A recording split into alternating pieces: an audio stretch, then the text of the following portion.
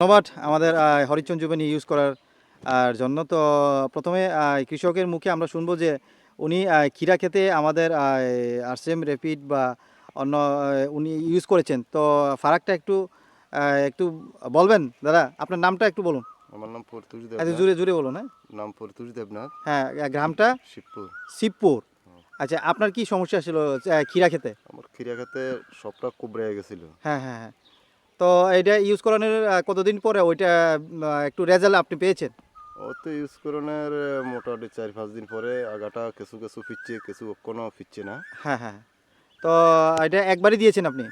একবারে দিছি, আর হ্যাঁ একবার হ্যাঁ তো কোনো দিছি না। হ্যাঁ হ্যাঁ, মোটামুটি একটা রেজাল্ট আপনি দেখেছেন না? হ। আহ, তো দাদা আপনি ওইটা মোটামুটি শুরুয়াত থেকে যদি আপনি দিতে পারেন বা এখন সামনের দিকে দেবেন, ওইটা কেমন বড় চাচ্ছেন আপনি? আমার মনে হয় আর একবার দিলে হ্যাঁ এটা পুরোপুরি ভালো হইতে পারে। হ্যাঁ হ্যাঁ হ্যাঁ। তো আপনি আর আর কি কি সবজিতে আপনি প্রয়োগ করেছেন?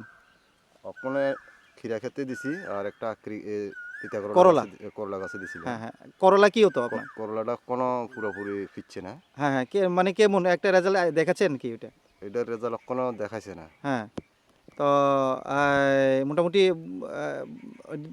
দিবেন না আরও? ও দেমো আবার। হ্যাঁ হ্যাঁ হ্যাঁ। তো ঠিক আছে ঠিক আছে। আর করলা কতদিন হচ্ছে যে রেজাল্ট?